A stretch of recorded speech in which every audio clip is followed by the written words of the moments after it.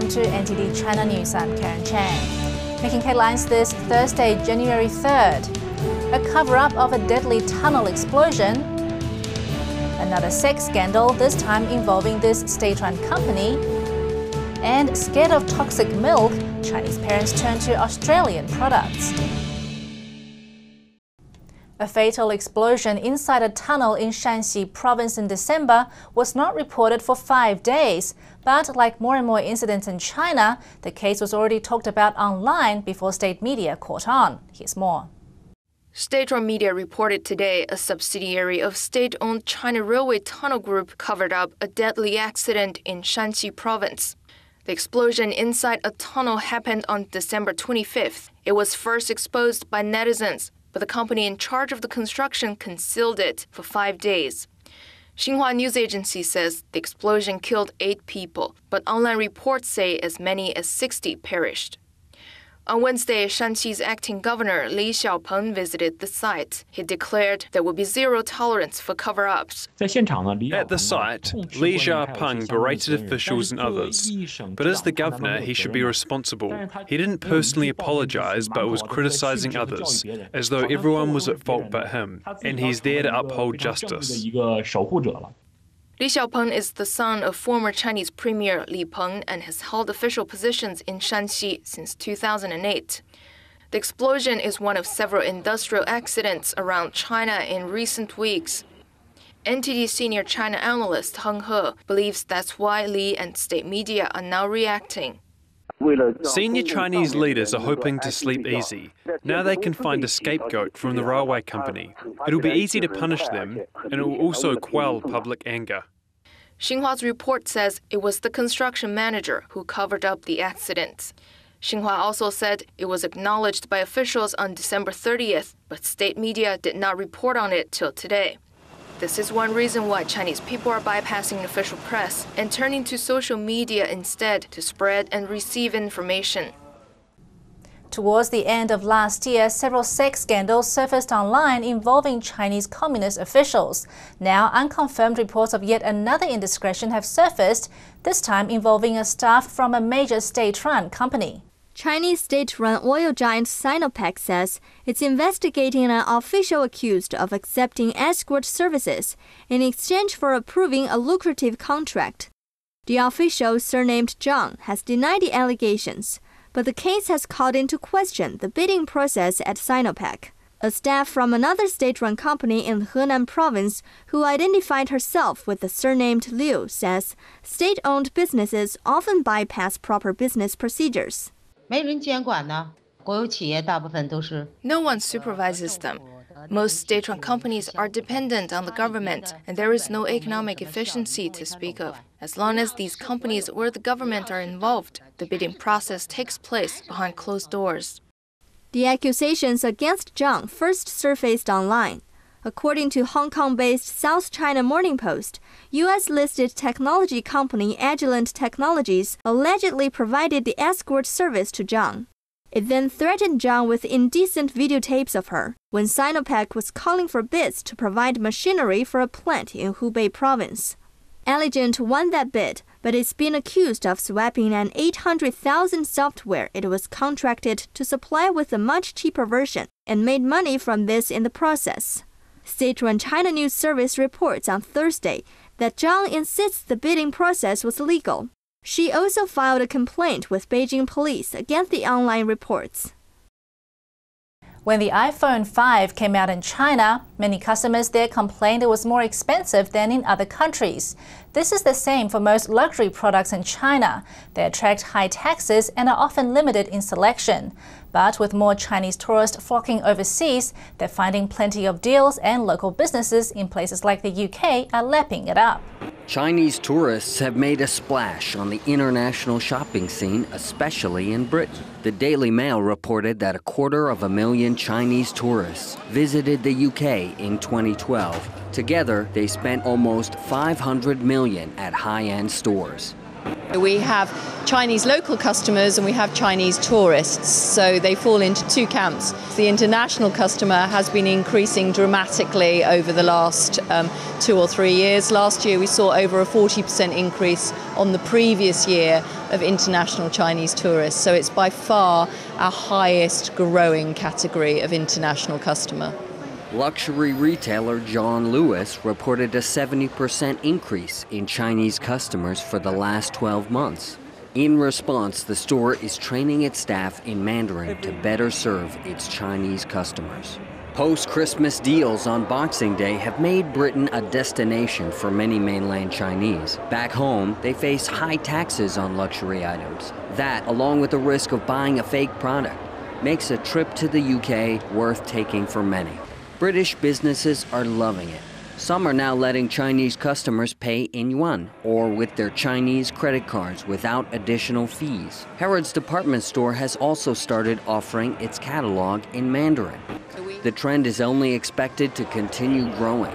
Luxury brands are the purchase of choice for status-conscious Chinese. Along with their role as gifts in the culture of bribery in China, luxury items on display are a must to those eager to climb up the business or political ladder. Not all of what Chinese tourists are buying overseas are being appreciated by the local market. In Australia, pharmacies and grocery stores say they are running out of infant formula, and China's black market may be to blame.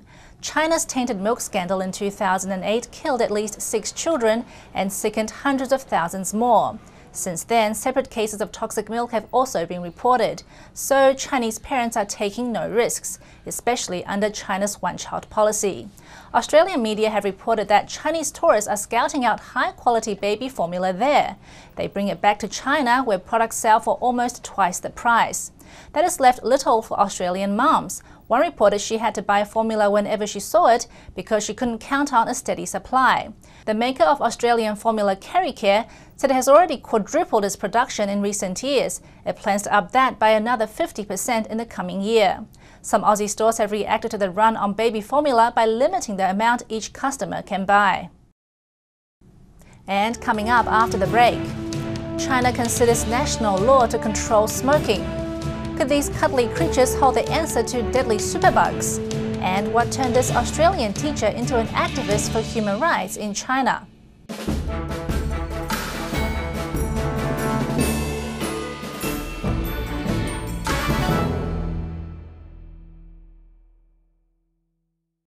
And welcome back.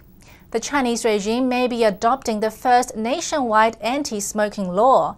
Currently, China does not have any legislation at the national level to control smoking. Only a few provinces and cities have local laws that prohibit citizens from taking a puff in certain public places. The Chinese regime's National People's Congress Standing Committee discussed suggestions to curb smoking last week. A report from that bi-monthly meeting says laws are needed to limit the health dangers caused by smoking. According to official data released last May, China is the largest consumer and producer of tobacco, with over 300 million smokers. 1 million people in China die every year from smoking-related deaths. Pandas have often been viewed as useful animals. For years, they've been a powerful force for international diplomacy as well as tourism dollars. Yet now the biologically distinctive animals are being seen as something else altogether, a potential source of ultra-potent antiviral medicines, what are being called super antibiotics. The unlikely discovery comes from scientists at the Life Science College of Nanjing Agricultural University in China. Lead researcher Dr. Shou Wenyang said that chemicals in panda blood would work, quote, against a wide spectrum of microorganisms, including bacteria and fungi, both standard and drug-resistant strains. The need for antibiotics effective against superbugs is a major concern of World Health authorities today. While it's too early to say whether panda blood extracts will really become prescription cure-alls, they are now certain to draw attention and research funding. Next, we meet a young teacher from Australia who was drawn to China for his love of the language and culture.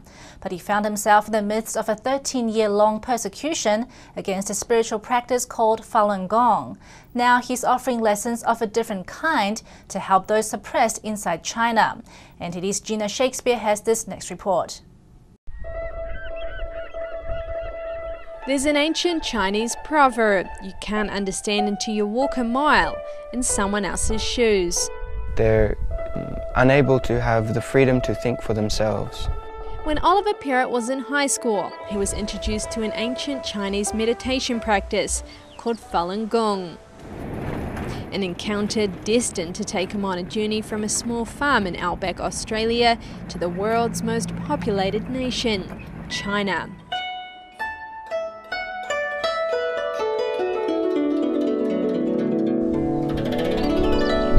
Oliver wasn't planning a retreat. He wanted to find out why a practice recognized for its health and healing properties was targeted by communist authorities. If you have freedom of thought, if you have a faith that is stronger than your allegiance to the Communist Party, they see that as a threat. Oliver travelled to China's Hebei province to teach English. After 1 year, he had no choice but to leave. Police interrogated him overnight, threatening him to stop participating in Falun Gong activities or bad things would happen.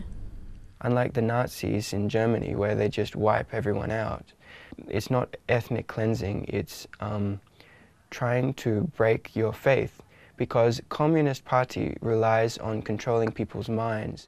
Oliver felt the climate of fear in China is chilling. One day there was a public execution near his school. Students were required to watch it while officials tried to prevent Oliver from knowing about it because he's a Westerner. I taught in China, so from a young age they are taught that they should love the Communist Party more than their mother and father. And if you don't love the Communist Party, you don't love China. And you're not patriotic unless you love the Communist Party, and they're brainwashed. With a university degree and fluent in Chinese, Oliver was one of the few Western Falun Gong practitioners to live in China since the persecution began in 1999. At that time, he formed more than just friendships.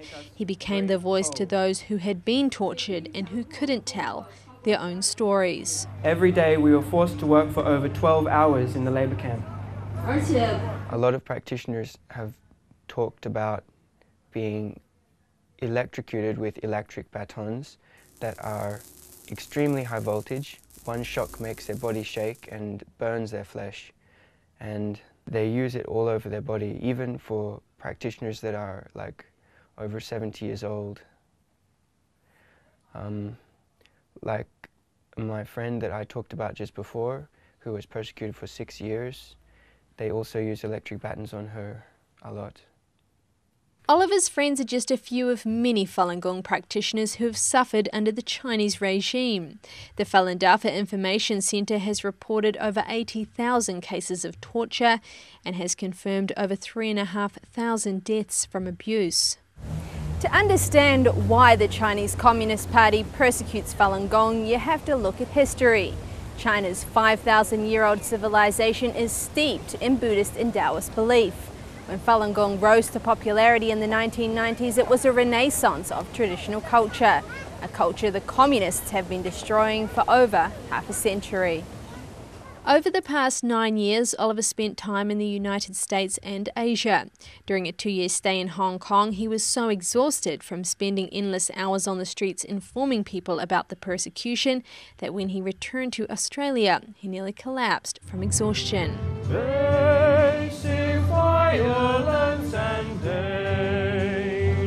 But he believes giving his time volunteering these past 9 years is a small sacrifice, knowing many prisoners of conscience will spend a lifetime languishing in China's notorious prison system.